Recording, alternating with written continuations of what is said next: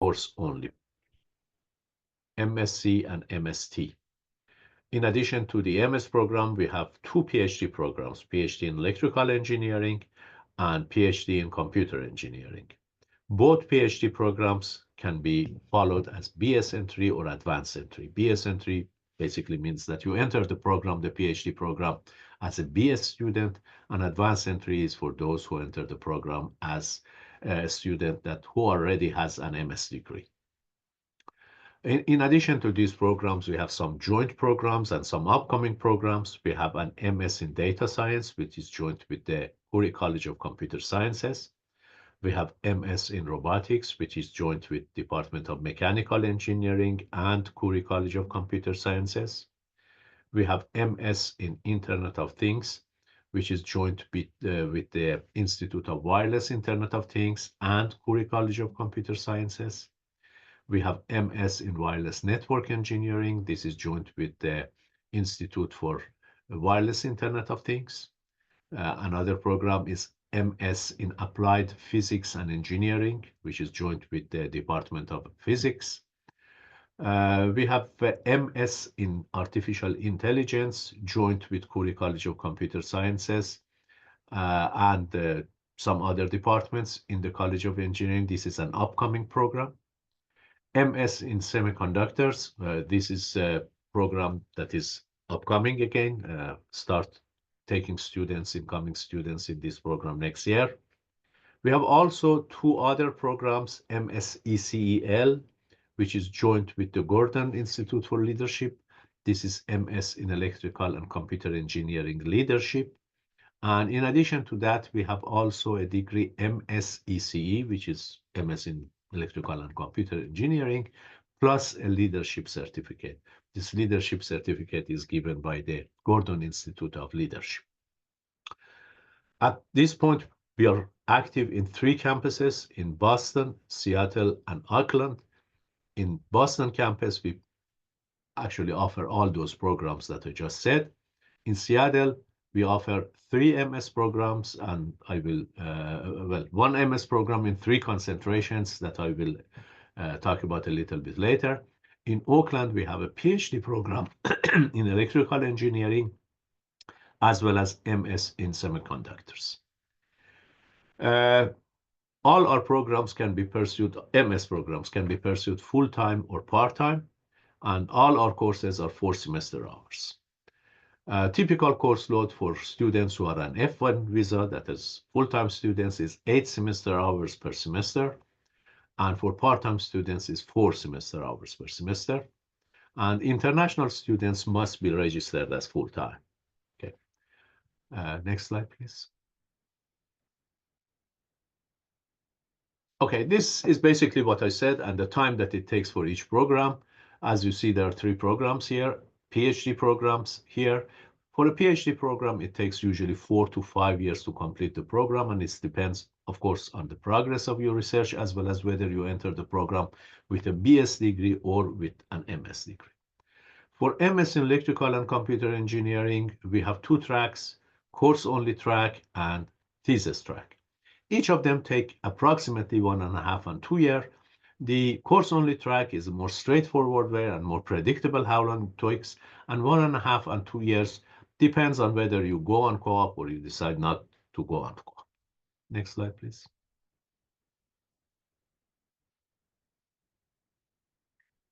Okay, a little bit about needs and priorities of our graduate program and where we're standing at this point. Department of Electrical and Computer Engineering has over $54 million in annual research spending, funding, I'm sorry. And if you compare it with the total for College of Engineering, which is $104 million, you see that our department counts for more than 50% of the entire college, although it is one of the 5 departments. We intake around 50 PhD students and 200 MS students per year. This number of MS students has increased. Maybe right now it's closer to 250 or maybe even 300. Currently, we have 350 PhD students and 600 MS students in our program. In terms of faculty, we have 91 full-time, tenure track faculty. And if you noted, when Gretchen was presenting in the College of Engineering, we have almost 250 full-time tenure track professors. So there you see that a big chunk of the professors in the College of Engineering are in our department. In addition to these 91 full-time professors, we have 25 affiliated professors that are working with our department. And in addition to this, we have 14 teaching faculty and 12 research faculty. It is a very big department compared to any other department of electrical engineering across the country. Among our faculty, we have recipients of 47 Young Investigator Awards. These are very prestigious awards for young faculty members. And in addition to that, 23 of our faculty are recipients of NSF Career Award.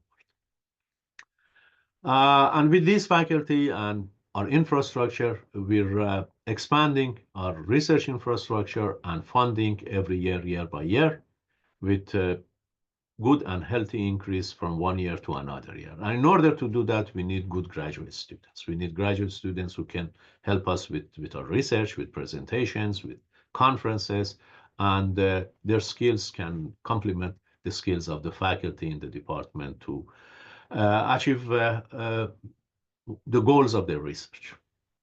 Next slide, please.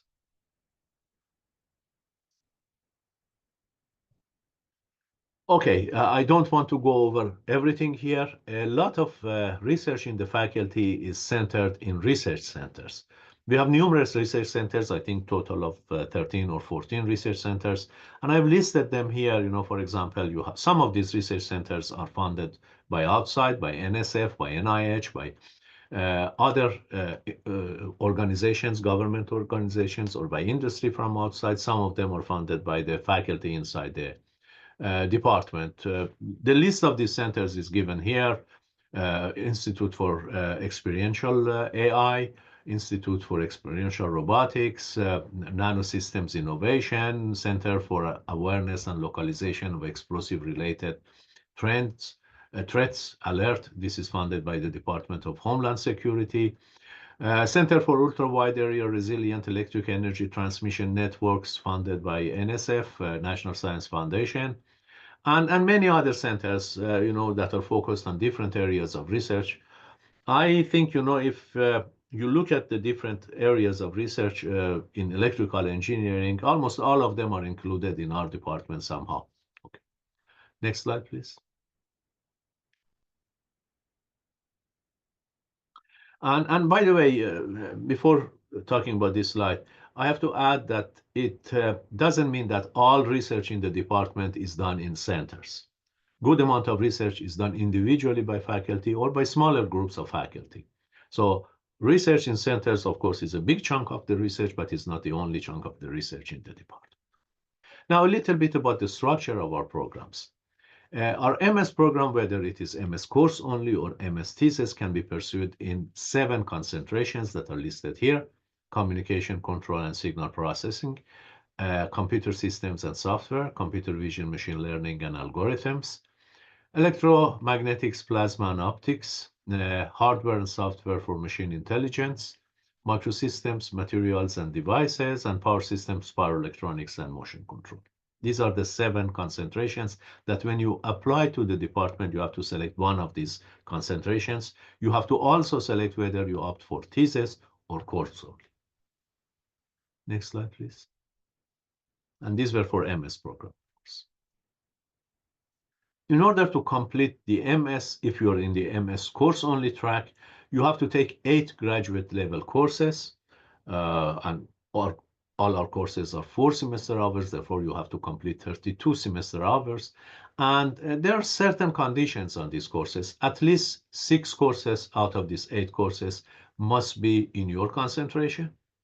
And if you are in communication, control, signal processing, electromagnetic, microsystems, material devices, and power concentrations, you can take at most 2 courses outside the department. If you are in computer systems and software, computer vision, machine learning, and algorithms, and hardware and software for machine intelligence, you can take up to 3 courses outside department. The reason is that these are more computer engineering related concentrations, and therefore Many of our students are interested to take some more courses from computer science department. Next slide, please. Okay. If you go for MS with thesis, the situation is basically the same thing. You need 32 semester hours to complete the program, but two of these courses, or equivalent to two of these courses, that is 8 semester hours, will be a thesis. You will complete a thesis with one of the faculty. The rest is just taking courses pretty much like MS with course only. So it is basically MS in course only with two of the courses thesis, work as thesis. Next slide, please. A little bit about the PhD program. PhD program, of course, is a research center program. Therefore, the course requirements are only a small part of that program. Majority of that program is research, your dissertation, and your success in doing independent research. Definition of PhD is being capable of doing independent research.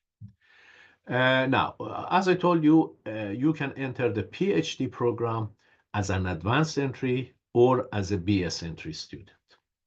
If you enter the program with an MS degree, that is your advanced entry, beyond MS, you need to take only 4 courses, 16 semester hours. Okay, the rest is your research, just 4 courses plus your dissertation. If you're entering the program as a BS student, first you have to complete the requirements of MS, and then on top of that, these 16 semester hours. Therefore, first you complete the requirements of an MS degree, and then these 16 semester hours for a total of 48 semester hours total.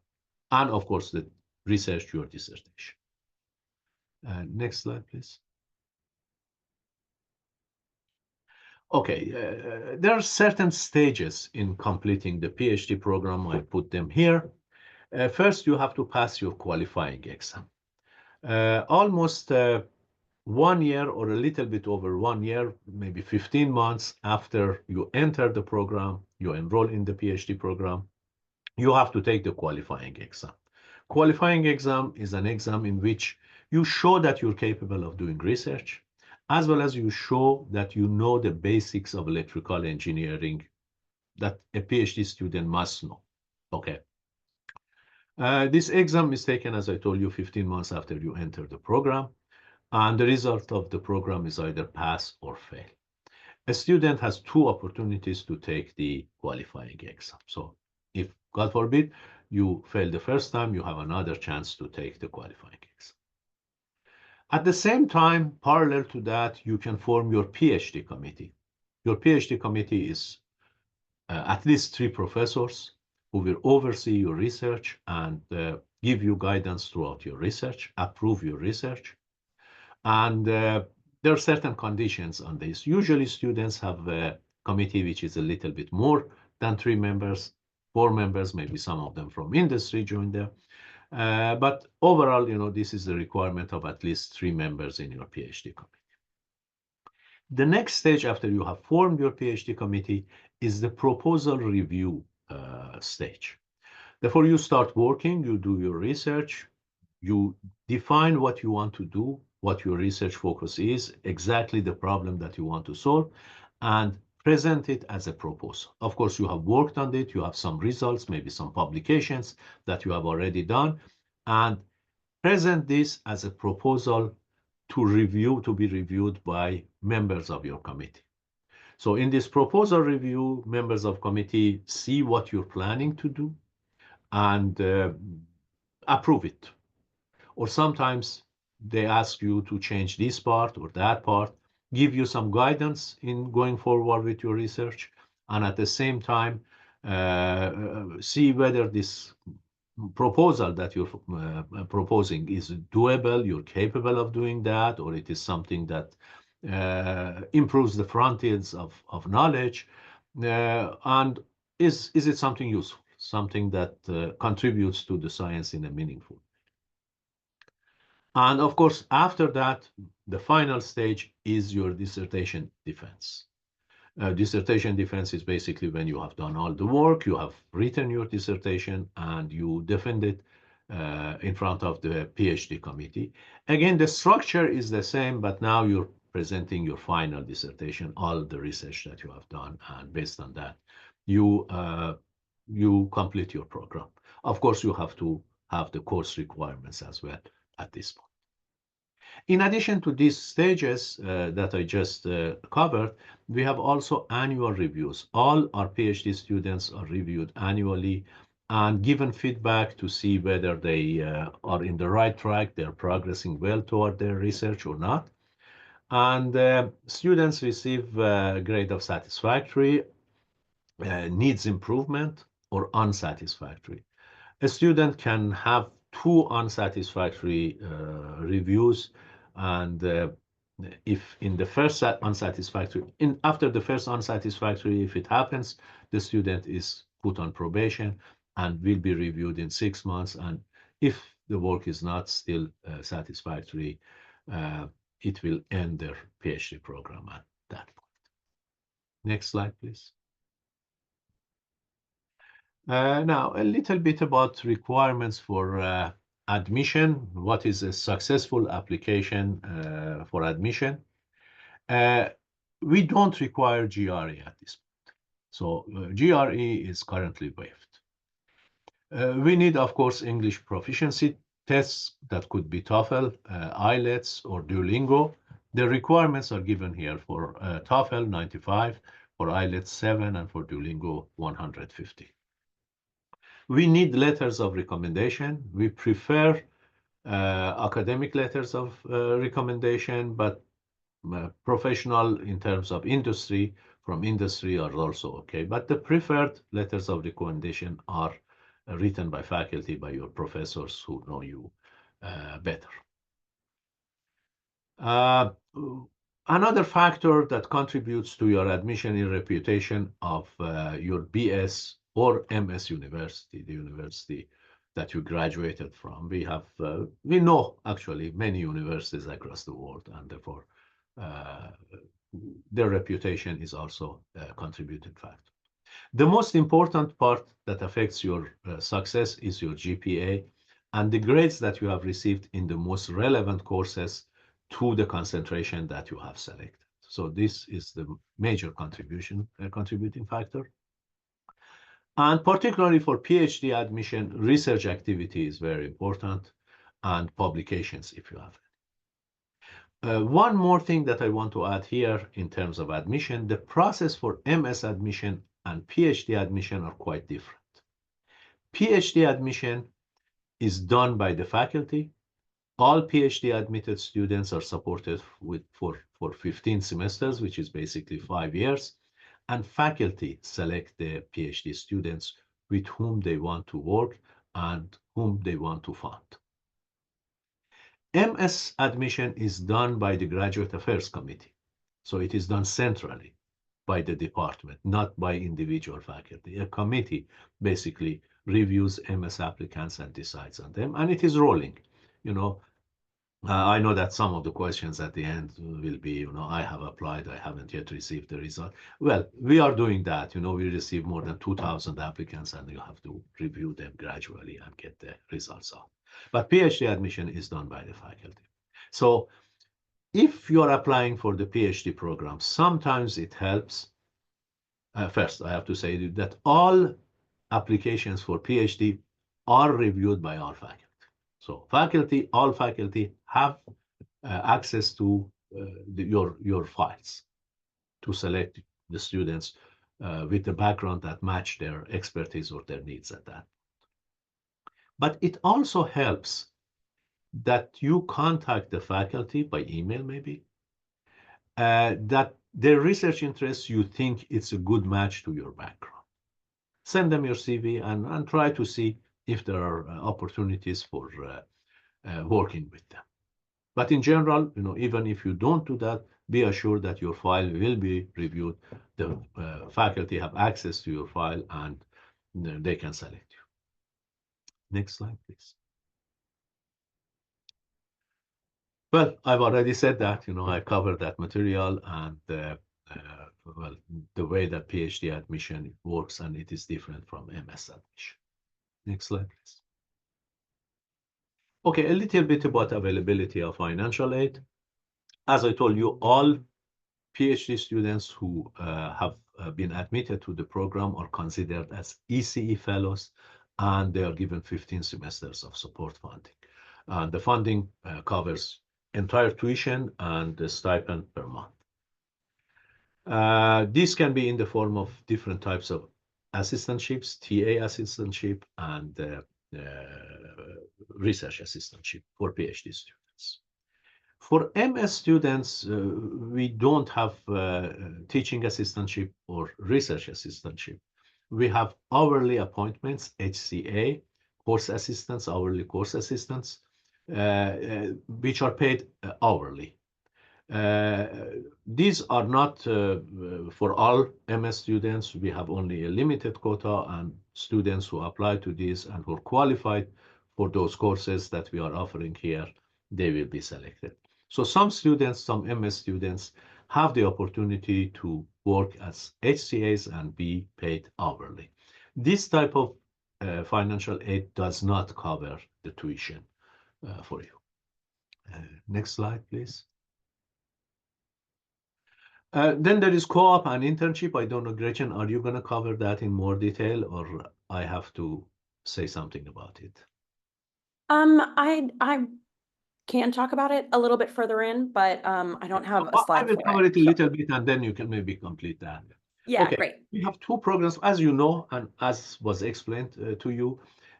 Co-op, Northeastern is the forerunner of all universities in the country in terms of co-op. We have very close relation with industry, and many of our graduate students opt for co-op. We have two types of working in industry. These are internship and co-op. Co-op is for MS students, and internship is only for PhD students. I'm sorry, co-op is for all graduate students, PhD and MS.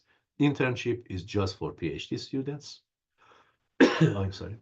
And co-op is done in many companies across the country. You know, students go on co-op and stay with the company, work with the company either for 4 months or 6 months or 8 months.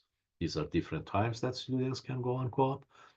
They are paid during this time, and they get invaluable industrial experience. And many of them actually going with this, they have a footprint in that company for future employment, maybe.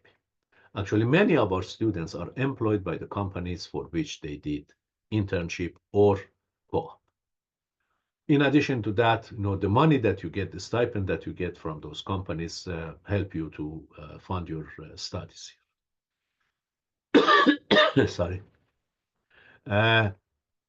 Internship is just for PhD students. The main difference between internship as co-op is that internship can be for any period of time, whereas co-op is 4 months, 6 months, or 8 months.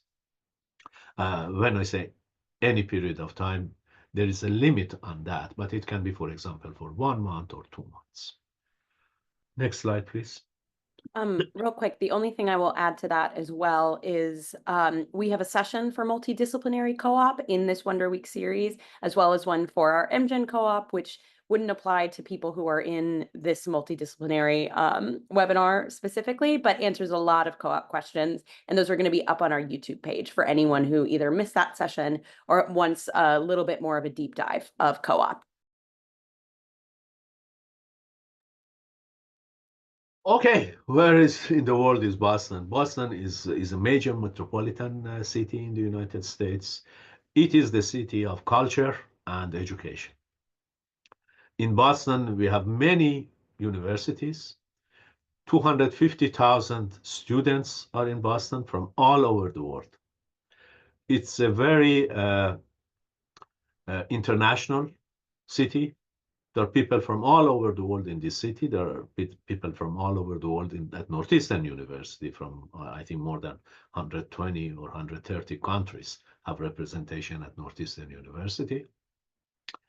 The economy of Boston, this is a little bit surprising.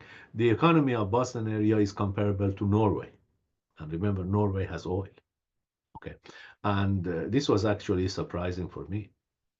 This is one of the hubs of engineering comparable to Silicon Valley and Texas, for example. These are the three main areas where innovation in engineering and technology is done. And it's also a city of art if you're interested in art and literature. If you look at the Northeastern campus on map, to the left of it is the Museum of Fine Arts. To the right of it is the Boston Symphony Hall. So if you're interested in any type of art and culture, Boston is the city for you. In addition to be a very diverse city, you can find, and you know, at Northeastern University, we have all different clubs that you can join. We have clubs of people from different students from different countries have their own clubs, etc. Okay, at this point, I will hand it back to Gretchen, and I'm here to answer your questions after taking off to drink some water. Thank you so much for all of that. That water is well earned for sure. So I'm just going to talk really quickly about next steps. Like, where do you go from here? I know we have a diverse range of situations on this call in terms of students who have already applied, maybe some have been admitted, and then people who this is their first time learning about Northeastern and they are maybe looking at what next steps would look like. This is a roadmap of the admissions process into the admit stage and then beyond. Pretty standard, I would say, for most graduate programs at this point. Once you are admitted, you will connect with your program coordinator and our student ambassador team, who we have a representative here, Ivan, who will speak in a little bit about what all the ambassadors are able to do. But this is where you're making your first contacts with your campus that you will be attending and figuring out not just your academic next steps, like what your courses are going to look like, but also your personal next steps of where are you going to live and how are you going to get there? What does the transit look like in this particular city? Those things like that. This is also the time that you will be paying your enrollment fee and you will get your My Northeastern and Husky email accounts activated. We see a little bit of a split in the roadmap here for our domestic students versus our international students at this point. If you are a domestic student, you are jumping right into the requirements to be able to attend the university on campus, submitting that health report with your vaccinations, figuring out housing, and planning for orientation. If you are an international student, at this point, you will begin applying for your I-20 to be able to come and study on your specific campus. The Office of Global Student Services is full of rock stars who know all of the ins and outs of what this process looks like and can answer any questions that you have about scheduling visa appointments, the interview, what to expect, what to do once you get the visa. Very, very critical office that is very helpful for the students that need that support. Again, once all of that is taken care of, our international students will be doing the same thing with their health report, with securing housing and planning for orientation attendance, figuring out what date they're going to be landing in the country at that point. This is another great time when you're booking those travel arrangements to just check in with OGS again, the Office of Global Student Services, to make sure all of your clearances are set and ready to go, and there's no surprises that are coming up at the time that you're planning on traveling to your campus. Once you arrive, you plan for course registration and pay your tuition and fees, and then you start with Northeastern. It's an exciting process. There are offices at Northeastern to support you every step of the way through that, should you have any questions. This is also when in the College of Engineering, we recommend connecting with our graduate student ambassadors. That is a team of students that we have hired within the College of Engineering in every program on every campus who have already done this process and just are exemplary examples of successful Northeastern Huskies. And they are here to answer any questions you have about a first-time applicant and student in that process. That QR code that you see on the screen will take you to our ambassador website with all of our ambassadors in every program on every campus. So you can figure out how to get in touch with them if you have any questions, as well as links to all of our social media and other places that you can find them. Make sure you grab that email address. If you have a question that you're not really sure where it should go, but you want a student perspective on it, you're going to be able to get an answer from one of our students. And with that, I would like to introduce Ivan, who is one of our ambassadors on the Seattle campus, to just take a minute to introduce himself and talk about the ambassadors. Hello all. I hope everyone is doing great. So I'm Ivan, and I'm currently at the Seattle campus. I am in the EC program. So yeah, yeah, that's why I'm here. Mainly, I can help you with, or we, the ambassadors, can help you with any support ranging from personalized guidance on academic programs and our experiences on campus, the whole campus life. And if you also need some tips with your application processes, we can help you with that. And for international students, I'm an international student. So for international students, we can also help you with transition tips. How do you get ready to move abroad and start your journey? Or do you have questions about my visa application process? You can reach out to me and I can help you with that too. Also, we can answer questions that have to do with how to live on campus, how to survive, how to uh, be able to, manage the differences between where you're from and your new place, like your campus. Um, Basically, I would say that you can reach out to us on anything that you have questions on in regards to your whole journey till you start schooling. And also once you get here, you can also reach out to us so we can help you further. For example, I wouldn't be here before fall or beginning of fall. I would not be here, so you still have time to reach out to me, and we can help you to know everything that you want to know about the experiences and what to expect. So yeah, welcome to Northeastern. Thank you, Ivan. Just a couple of key dates I want to go over for anyone who is still looking to submit an application. There is still time to submit for entrance into the fall 2025 semester. Our international students outside of the US can apply all the way up until June 1st. And international students inside the US and Canada who are already here have until July 1st. August 1 is going to be the final deadline for domestic US and Canadian students that are looking to start fall 2025. If that feels like too quick of a turnaround for some people, or you're interested in a spring start, you can submit an application for spring 2026 with the corresponding dates based on your location listed below as well. The admissions requirements are pretty straightforward in terms of an admissions application. We require 2 letters of recommendation, unofficial transcripts at the time of application, statement of purpose, and your resume. We are currently GRE optional. It is not required for any of the programs at the College of Engineering. And for the 2025 fall start and the 2026 spring start, we are currently waiving all application fees. So at the time of starting your application, you will be able to submit it at no charge to yourself.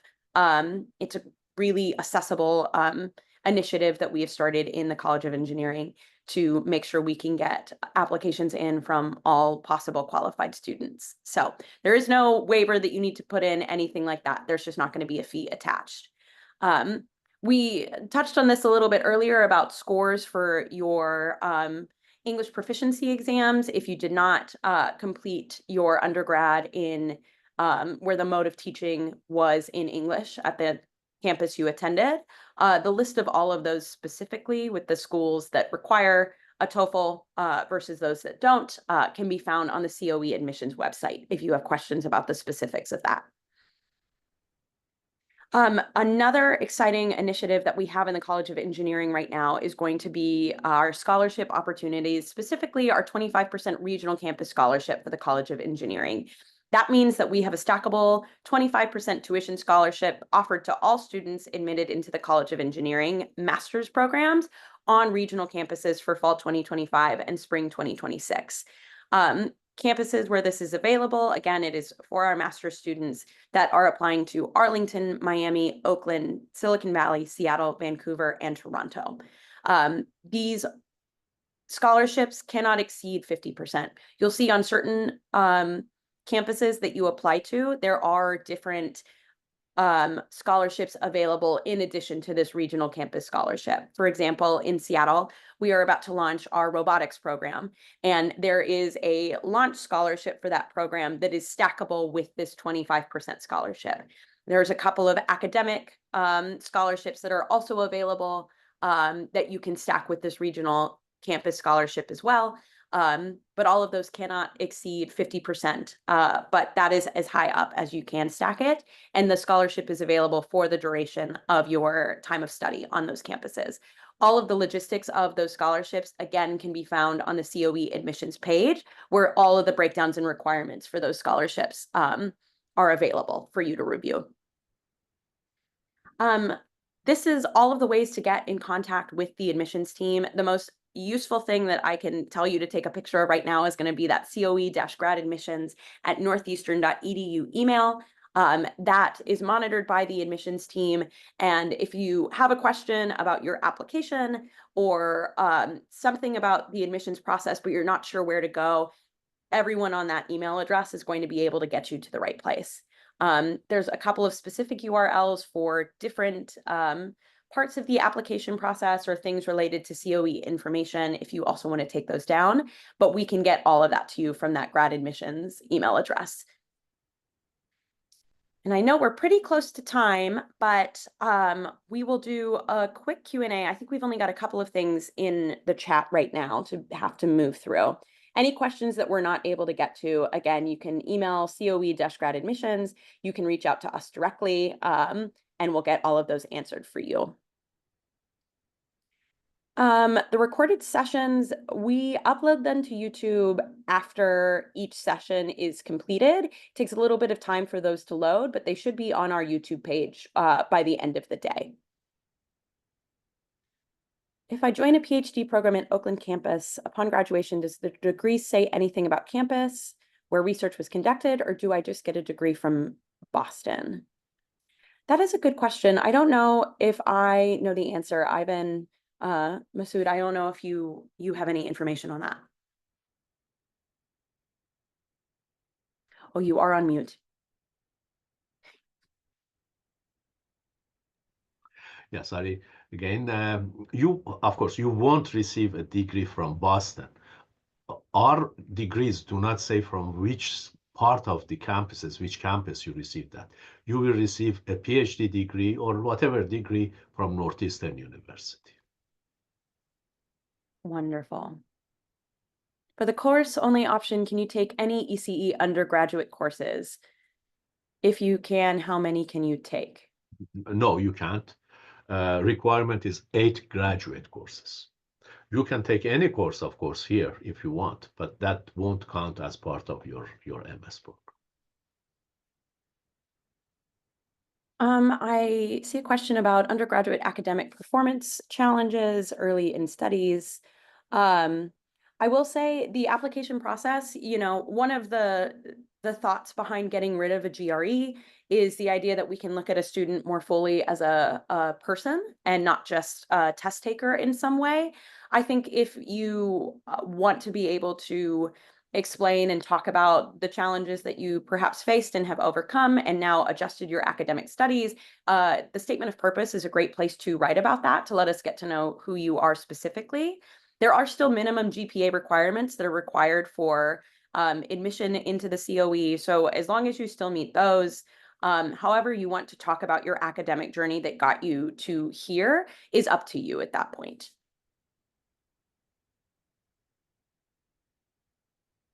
Program coordinator, same as my advisor, yes. It's a team of people that are all advising, and they oversee the program. They're the program manager as well. So you might hear a couple of different names sort of used interchangeably because there are a lot of hats used by those people or worn by those people. But yes, that is who we are referring to.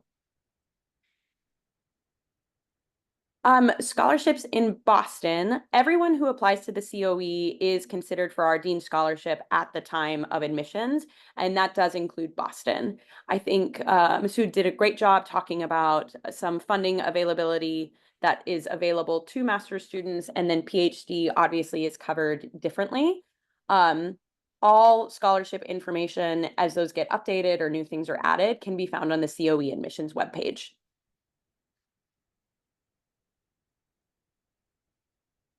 We do accept WES evaluations. I do believe you still have to submit your official transcript. The logistics of that can be found on COE admissions again, but it should tell you in your application portal as well, everything that needs to be uploaded along with the evaluation itself.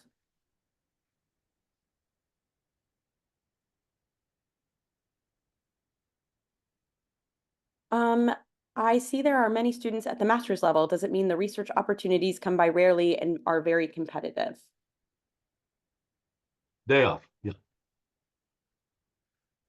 Finding a research advisor, you have to prove yourself during your courses to one faculty member that you're a good student, you're capable of doing research. Yes, it is competitive, but it doesn't mean that that's too competitive. Most of our students who are interested in research can find a research advisor. I see a couple of questions about jobs and funding, RATA type of stuff. There are a number of on-campus jobs that are available to master's students that a lot of them take part in. I don't know specifically about engineering and design with some of those, but again, if you speak with faculty, depending on where you go and what campus you're on, there might be different opportunities that are specific to there, but it's not just a generalized thing that you can do. RATA completely unattainable for master's students. I don't want to say completely unattainable. It is, a way that a lot of our PhD students get funded, and so it is highly competitive.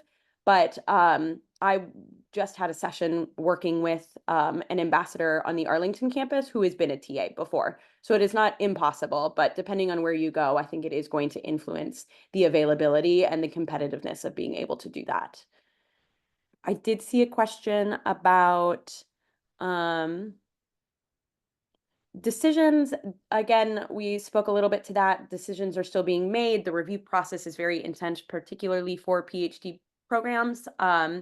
And so as long as you have all of your application materials in and it says it's under review, you're in great shape, and decisions will come as they are completed. We are about 5 minutes over, and so I'm going to have to wrap us up. I know there's still a number of questions in this chat. Again, I believe you should have Masood's email address. I will also put mine in the chat. Ivan, if you want to put yours as well for any questions that we were unable to get to. We are on a bit of a tight schedule, and so I just want to make sure the next people are able to access this account as needed. But thank you all so much for joining us and for taking time out of your day to get to know a little bit more about Northeastern University. And we look forward to hopefully hearing from all of you. Thank you.